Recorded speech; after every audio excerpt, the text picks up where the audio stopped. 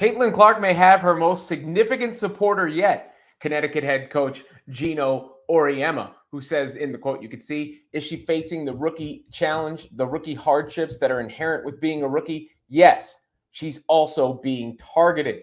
That, of course, was told to Maggie Vanoni of the Connecticut Insider, it looks like is the publication. And there was more in that article. Appreciate the fact that now's the time. I get it. It's long overdue. Why are you blaming that kid? It's not her fault because you would trade places with her in a minute, but you are not there. You're not her. So you're complaining that she's getting what she's getting.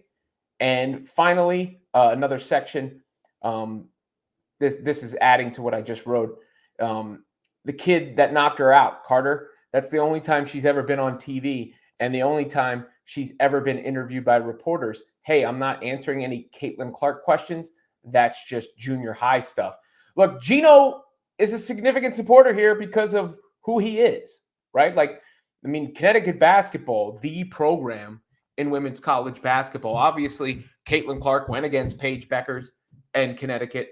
Obviously, Gino has experience with the women's game and is an authority figure in a sense there. So I think his words need to be taken with some weight.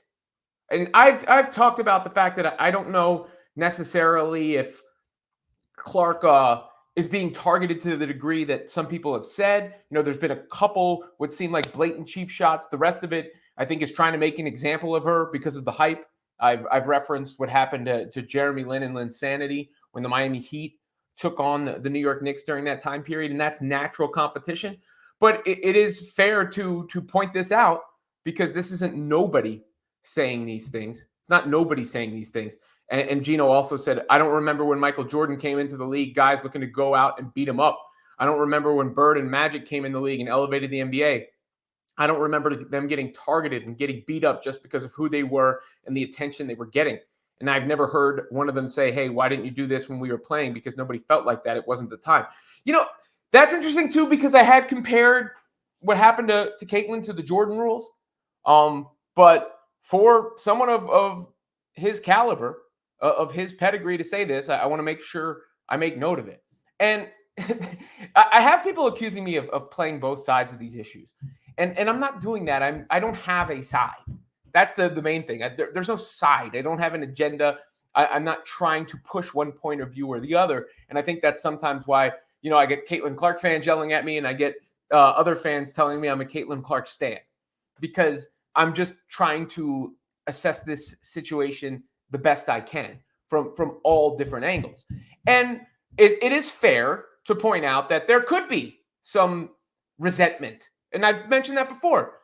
Caitlin comes in with everybody talking about her, giving her the complete credit for the WNBA success, rightfully so for the most part, for a lion's share of it. And she's getting paid. We see what her salary is, her WNBA salary. So the fact that she's got that $28 million or whatever it is Nike deal matters as well. But like I said on the positivity shows, we are making way too much of this in general. We're making way too much of it in general because it's not this terrible thing that's happening right now. The ratings are up. I just saw one of the games was flexed. The next Fever and Sky game was flexed. It was moved from, or I think it's the third game. The Fevers, well, either way, whichever game this is on the 23rd, NBA TV to ESPN. So these games are being moved. The ratings are up. The arenas are selling out. This is a great thing for women's basketball. It just was a big, hot talking point this week. And I think it'll go away by the time the Indiana Fever return to the court. And that's the best thing about it for Caitlin Clark, I believe, is she's had this time off during this time period. She's been able to probably reset a little bit. And she probably needed a mental break, a physical break, and everything in between. And you could see her and her teammates went out, dinner together, one of their rare off days. Not surprised that Caitlin is sitting next to Temi there, who's still out with an injury. And, so many people are acting like her teammates are out to get her. They're just, a team that's learning on the fly, a team that did have the number one overall pick. And now the pressure, I do believe, if we're talking about coaches, the pressure shifts back to Christy Sides, because you can no longer use the excuse that you haven't had enough practices. Now they finally had this dead time, so they should be able to rest. We can't talk about the back-to-backs anymore and the schedule being against them anymore. At this point, they're going to have a favorable schedule the rest of the way because they played a lot of the good teams already. They played the condensed part of their schedule, and now they're going to have breaks in between games.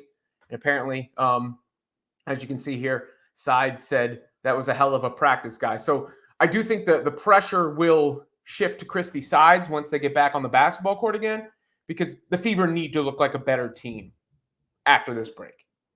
And I would just throw the game against the Liberty in the trash. I also think Caitlin's going to come out and play better after this break. They got the Mystics, one of the lesser teams in the league. I would expect it was the last time everybody was on Caitlin for a negative game was that Aces game, which just happened to be yet another back-to-back against a really good team. But I think with a little bit of rest, you're going to see her come out and play well. And I think most of this noise will be done by then. People aren't going to be talking about the Kennedy Carter foul anymore. People aren't going to be talking about her being targeted anymore. I also think some of the energy from the opposing teams will dissipate as the year goes along, because a lot of them are geared up to go against Caitlin Clark right now. They're geared up. They're hearing about it. And that's not going to last forever. So hopefully she and her team use that couple of days off to get right, to clear their heads. Hopefully she wasn't checking her phone or nothing like that and seeing what Pat McAfee said or Stephen A. Smith said or Monica McNutt said or Clay Travis said or what I said about what's going on. And she can just get back to business and hooping. And I think you're going to see that was the worst of it. What happened last weekend was the worst of it, both from the Kennedy Carter incident and from the beating from the Liberty. And, that wasn't an incident, but following that right up, because the temperature was so hot, then that happened. There was no break. She hasn't had a break since Iowa. And finally, it feels probably like a vacation right now, given how crazed things have been. But I expect them to come out and play better. I expect her to come out and play better, to look fresher, to really light it up and have a nice stretch of shooting as well. It's not like she hasn't played well. She's played extremely well, but to play even better and more efficient, and for her and her teammates to find a little bit better of a rhythm. If not, Coach Geno Auriemma may have her back, but Indiana Fever fans already don't and will explicitly not have Christy Sides back.